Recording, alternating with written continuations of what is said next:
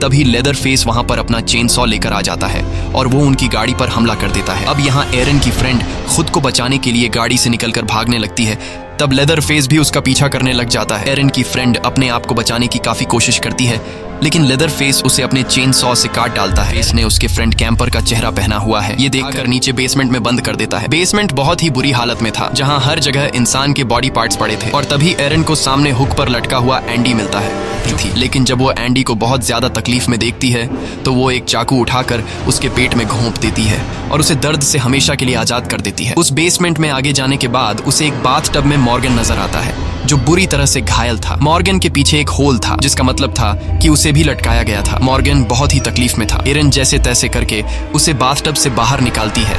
कहानी की शुरुआत में हम 5 दोस्तों को देखते हैं जो एक बैंड शो के लिए मेक्सिको जा रहे थे। ये लोग अपने साथ गाड़ी में ढेर सारा गांजा भी लोड करके रखे थे, ताकि मेक्सिको पहुंचकर ये लोग वहां गांजा बेच सके। यहाँ हम इस कहानी की मेन कैरेक्टर एरन को देखते हैं, जो अपने दोस्तों के साथ काफी खुश थी। और ये लोग टेक्सास के वीरान इलाके से गुजरते हुए गाने गाकर सफर को एंजॉय कर रहे थे। तभी अचानक उनकी गाड़ी के सामने एक लड़की आ जाती है। ये लोग उस लड़की को किसी तरह से बचाकर अपनी गाड़ी रोक लेते हैं। एरन उस लड़की से पूछती है कि क्या तुम ठीक हो, लेकिन वो लड़की बिना कोई जवाब दिए आगे की तरफ जाने लगती है, जैसे कुछ हुआ ही नहीं हो। ये देखकर ये लोग समझ जाते हैं कि ये लड़की किसी मुसीबत में है, इसलिए एरन और उसकी दोस्त गाड़ी से निकलकर उस लड़की के पास जाती है। यहाँ हम देखते हैं कि वो लड़की अपने आप से ही बात कर रही थी और कहती है कि ये जगह बहुत ही खतरनाक है, इसलिए मुझे घर जाना होगा। एरन इस लड़की की बातों को इग्नोर करते हुए उसे अपनी गाड़ी में बिठा लेती है। अब ये लोग आगे बढ़ते हुए एक मीट कंपनी के सामने से गुजरते हैं और उस कंपनी को वो लड़की भी देख लेती है, जिसे देखकर वो लड़की रोने लगती है और कहती है कि तुम सब गलत रास्ते पर जा रहे हो। ये कहते हुए वो लड़की गाड़ी के ड्राइवर पर हमला कर देती है और जबरदस्ती उसे गाड़ी को रुकवा लेती है। वो लड़की रोते हुए कहती है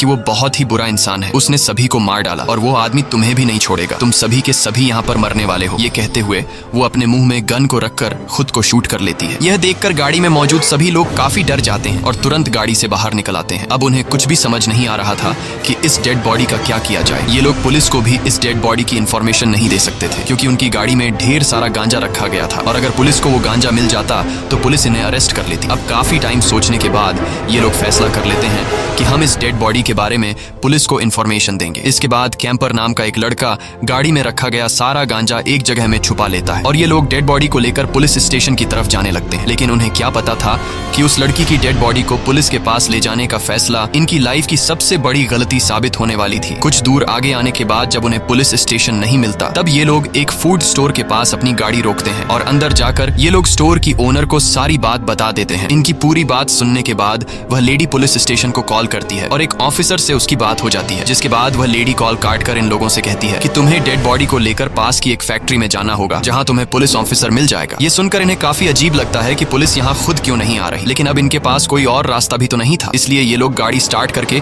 जंगल के रास्ते से होते हुए उस पुरानी फैक्ट्री तक पहुंच जाते हैं। लेकिन उन्हें वहाँ कोई भी पुलिस ऑफिसर नहीं मिलता और हैरानी की बात तो ये थी कि वह फैक्ट्री बिल्कुल भी खाली थी। अब यहाँ किसी को भी समझ नहीं आ रहा होता कि इन्हें क्या करना चाहिए। तब मॉर्गन कहता है कि हमें बिना पुलिस को बताए इस डेड बॉडी को यहीं पर छोड़कर जाना चाहिए। ये सुनकर सभी को मॉर्गन की बात बिल्कुल ठीक लगती है, लेकिन एरन ऐसा करने से साफ साफ इनकार कर देती है। वह कहती है कि इस लड़की की भी फैमिली होगी और वह उसका इंतजार कर रहे होंगे, इसलिए हमें इस डेड बॉडी को यहीं पर फेंक कर नहीं जाना चाहिए। अब एरन की बात को मानते हुए सभी वहीं पर उस पुलिस ऑफिसर्स का वेट करने लगते हैं, पर तभी उन्हें पीछे फैक्ट्री में कोई भागता हुआ नजर आता है। अंदर जाने पर इन्हें वहां पर एक छोटा लड़का मिलता है। वह बच्चा इन्हें बताने लगता है कि पुलिस ऑफिसर यहाँ पर नहीं आएगा और वह पुलिस ऑफिसर इस वक्त अपने घर पर होगा। अब ये लोग इस बच्चे से पुलिस ऑफिसर का एड्रेस लेने के बाद एरन और कैंपर पुलिस ऑफिसर के घर की तरफ निकल लेते हैं, जबकि बाकी 3 साथी वहीं पुरानी फैक्ट्री के पास उनका इंतजार करने लगते हैं। कुछ दूर पैदल जाने के बाद उन्हें घर मिल तो जाता है, लेकिन दरवाजे से झांकने पर उन्हें अंदर कोई भी दिखाई नहीं देता, जिससे ये लोग समझ जाते हैं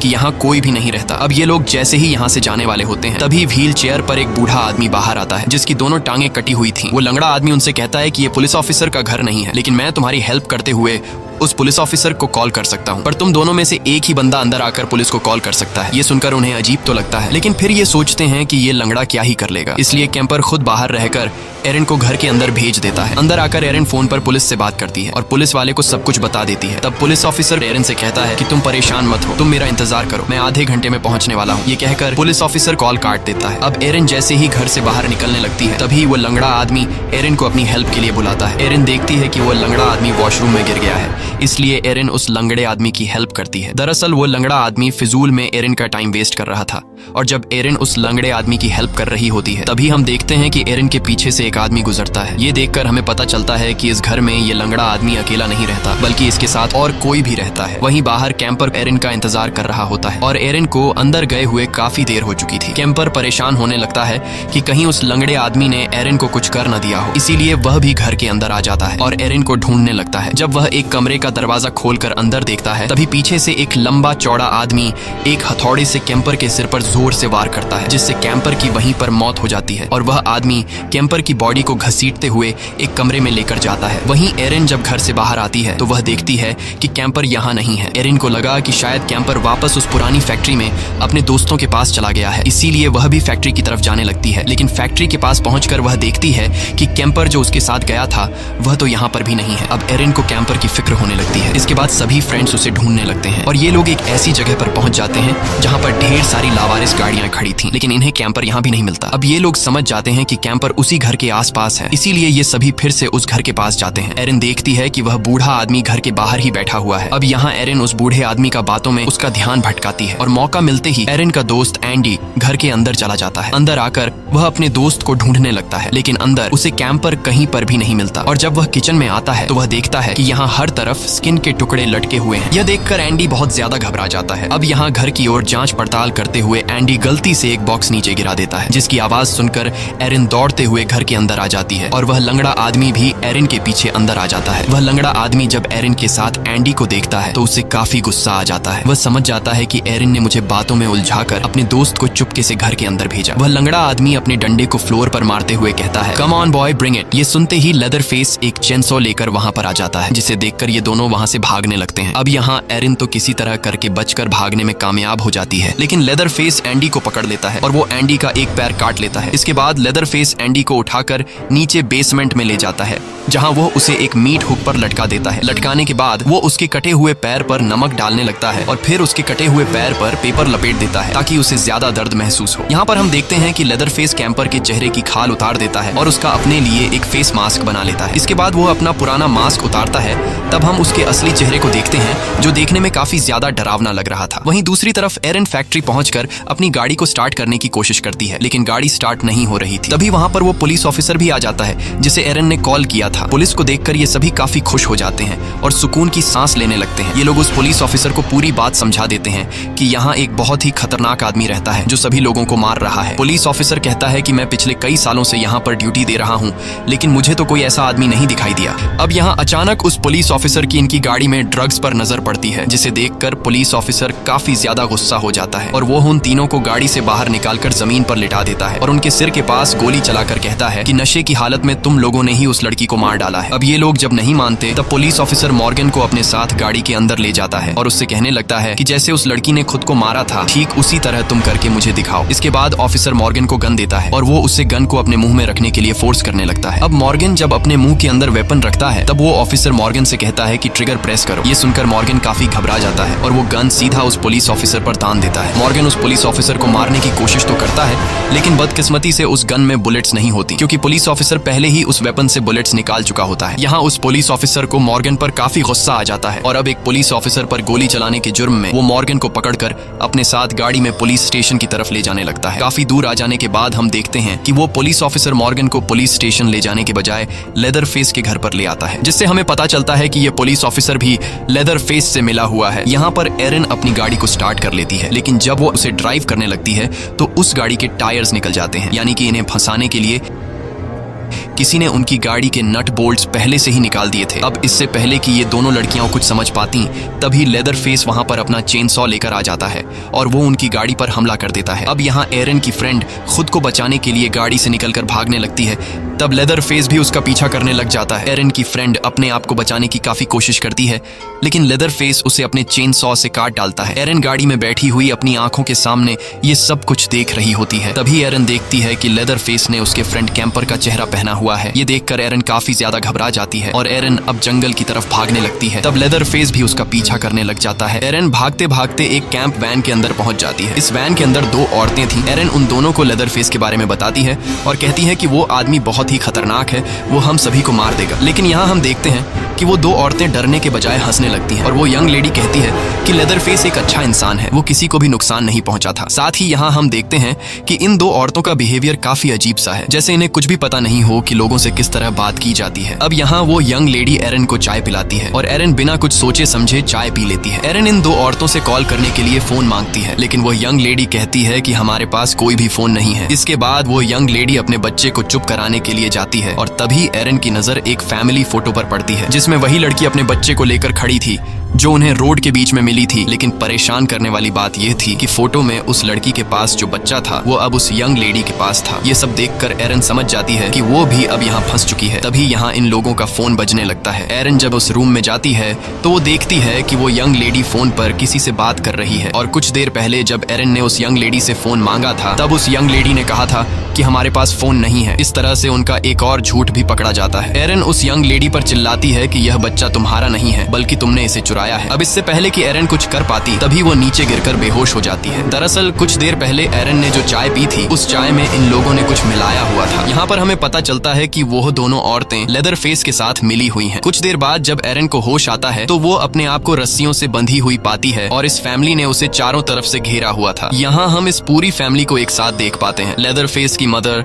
उसकी वाइफ, लेदरफेस का लंगड़ा भाई और उसका छोटा बेटा जेड। जेड को भी इन्होंने किसी दूसरी फैमिली से चुराया है। यहाँ लेदरफेस की मदर एरन को बताती है कि मेरे बेटे टॉम यानी कि लेदरफेस को स्किन की बीमारी थी जिसकी वजह से उसका फेस काफी खराब हो चुका था। बदसूरत चेहरा होने की वजह से लोग लेदरफेस का मजाक उड़ाया करते थे और इसी वजह से मेरा बेटा एक हत्यारा बना। अब हम लोगों से दूर इस जगह पर अकेले रहते हैं। कुछ देर बाद लेदरफेस आता है और वो एरन को उठाकर नीचे बेसमेंट में बंद कर देता है। बेसमेंट बहुत ही बुरी हालत में था जहाँ हर जगह इंसान के बॉडी पार्ट्स पड़े थे और तभी एरन को सामने हुक पर लटका हुआ एंडी मिलता है जो कि अभी भी जिंदा था। एरन एंडी को हुक से निकालने की कोशिश करती है लेकिन वो एंडी को हुक से निकालने के बजाय गलती से उस हुक को एंडी के और अंदर घुसा देती है। यहाँ एंडी कहता है कि मैं अब इस दर्द को और ज्यादा सह नहीं सकता, इसलिए तुम मुझे मार डालो। अब एरन ऐसा करना तो नहीं चाहती थी लेकिन जब वो एंडी को बहुत ज्यादा तकलीफ में देखती है तो वो एक चाकू उठाकर उसके पेट में घोंप देती है और उसे दर्द से हमेशा के लिए आजाद कर देती है। उस बेसमेंट में आगे जाने के बाद उसे एक बाथटब में मॉर्गन नजर आता है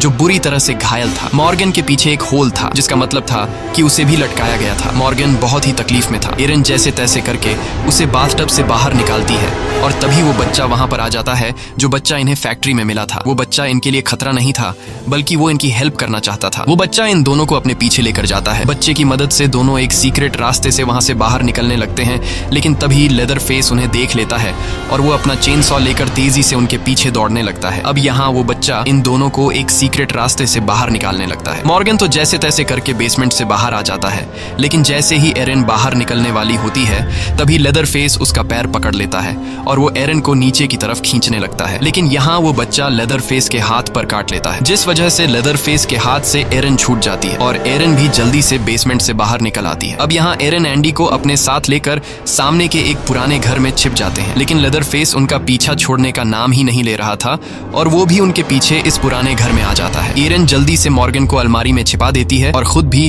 वो एक दूसरे रूम में जाकर छिप जाती है। यहाँ एरन बिल्कुल चुपचाप बैठ जाती है। अब लेदरफेस भी वहाँ पर आकर उन्हें ढूंढने लगता है। एरन जिस जगह पर छिपी हुई थी वहाँ पर काफी सारे चूहे होते हैं और वो चूहे आकर एरन के कपड़ों में घुसने लगते हैं। एरन जैसे तैसे करके अपने मुंह पर हाथ रखकर सांस रोक लेती है ताकि शोर ना हो, लेकिन वो चूहे बहुत ज्यादा शोर कर रहे थे जिसकी आवाज लेदरफेस सुन लेता है और वो एरन की तरफ बढ़ने लगता है। कुछ देर बाद अचानक लेदरफेस के आने की आवाज बंद हो जाती है और वो दूसरी तरफ चला जाता है। एरन को लगा कि शायद उसकी जान बच गई लेकिन तभी पीछे से लेदरफेस हमला करके उसे पकड़ लेता है और उसे बाहर निकालकर जमीन पर पटक देता है। अब लेदरफेस चेन सॉ उठाकर एरन को मारने ही वाला था कि तभी एंडी लेदरफेस पर हमला कर देता है जिस वजह से एरन को भागने का मौका मिल जाता है। लेकिन लेदरफेस मॉर्गन को पकड़ लेता है और उसे ऊपर लगे हुए हुक पर लटका देता है और चेन सॉ से उसके 2 टुकड़े कर देता है। ये देखकर एरन काफी ज्यादा डर जाती है और वहां से भागने लगती है। तब लेदरफेस भी उसका पीछा करने लग जाता है। एरन भागते भागते सामने लगे फेंस की तार को पार करके निकल जाती है लेकिन जब लेदरफेस उस फेंस की तार में से होते हुए निकलता है तब उसका पैर उस फेंस की तार तार में फंस जाता है, जिससे वो नीचे गिर जाता है और गलती से उसकी अपनी ही चेन सॉ उसके पैर पर चल जाती है, जिससे वो बुरी तरह से घायल हो जाता है। एरन भागते हुए एक रोड पर आ जाती है और तभी सामने से एक गाड़ी आती है, जिसे एरन रोक कर मदद मांगती है, लेकिन वो गाड़ी वाला एरन को इग्नोर करके चला जाता है, क्योंकि उसे पता था कि यह जगह बहुत ही खतरनाक है। अब एरन मायूस होकर रोड के दूसरी तरफ भागने लगती है और भागते भागते वो एक कंपनी के सामने आ जाती है। एरन जल्दी से उस मीट कंपनी के अंदर जाकर एक बड़े से मीट के अंदर छिप जाती है और कुछ ही देर बाद लेदरफेस भी एरन का पीछा करते हुए वहां पर पहुंच जाता है और वो एरन की सिसकने की आवाज सुन लेता है। तभी पीछे से लेदरफेस चेन सॉ से उस मीट पर हमला कर देता है, जिसके अंदर एरन छिपी हुई थी। अब एरन समझ जाती है कि लेदरफेस उसका पीछा नहीं छोड़ेगा, इसलिए वो लेदरफेस से लड़ने का डिसाइड करती है। वो सामने रखा एक क्लीवर उठाकर अलमारी में छिप जाती है और जैसे ही लेदरफेस उसके सामने आता है, एरन उस क्लीवर से उस पर कई बार वार करती है, जिससे वो लेदरफेस का एक बाजू काट देती है। इससे लेदरफेस को बहुत ज्यादा दर्द होता है और वो वहीं पर गिर जाता है। एरन भागते हुए वहां से बाहर निकल जाती है और बाहर आकर एक ट्रक को रोकती है। ट्रक ड्राइवर एरन को मुसीबत में देखकर उसे अपनी ट्रक में बैठा लेता है। कुछ दूर आगे जाने के बाद एरन नोटिस करती है कि वो ट्रक ड्राइवर वापस गैस स्टेशन की तरफ जा रहा है, जहां लेदरफेस की फैमिली रहती है। अब एरन काफी मुश्किल से उस जगह से अपनी जान बचाकर आई थी, इसलिए वो दोबारा वहां नहीं जाना चाहती थी। यहाँ एरन ट्रक ड्राइवर से कहती है कि तुम गलत रास्ते पर जा रहे हो, लेकिन वो ट्रक ड्राइवर गाड़ी नहीं रोकता। दरअसल एरन के साथ बिल्कुल वैसा ही हो रहा था जैसा मूवी की स्टार्टिंग में उस लड़की के साथ हुआ था, लेकिन एरन में अभी हिम्मत बाकी थी। अब यहाँ एरन उस ट्रक को रोकने की कोशिश करती है, लेकिन अब काफी देर हो चुकी थी। वो ड्राइवर ट्रक को गैस स्टेशन पर पहुंचा देता है। यहाँ ट्रक ड्राइवर गाड़ी से उतरकर गैस स्टेशन की मालकिन के पास जाता है। तब एरन भी चुपके से गाड़ी से उतर जाती है और लेदरफेस की फैमिली के घर की पीछे वाली विंडो से अंदर देखने लगती है। अंदर उसे वो यंग लेडी दिखाई देती है जो एक बच्चे को संभाल रही थी और यह बच्चा उस लड़की का था जो कहानी की शुरुआत में मारी गई। तभी वो ट्रक ड्राइवर उन्हें बुलाता है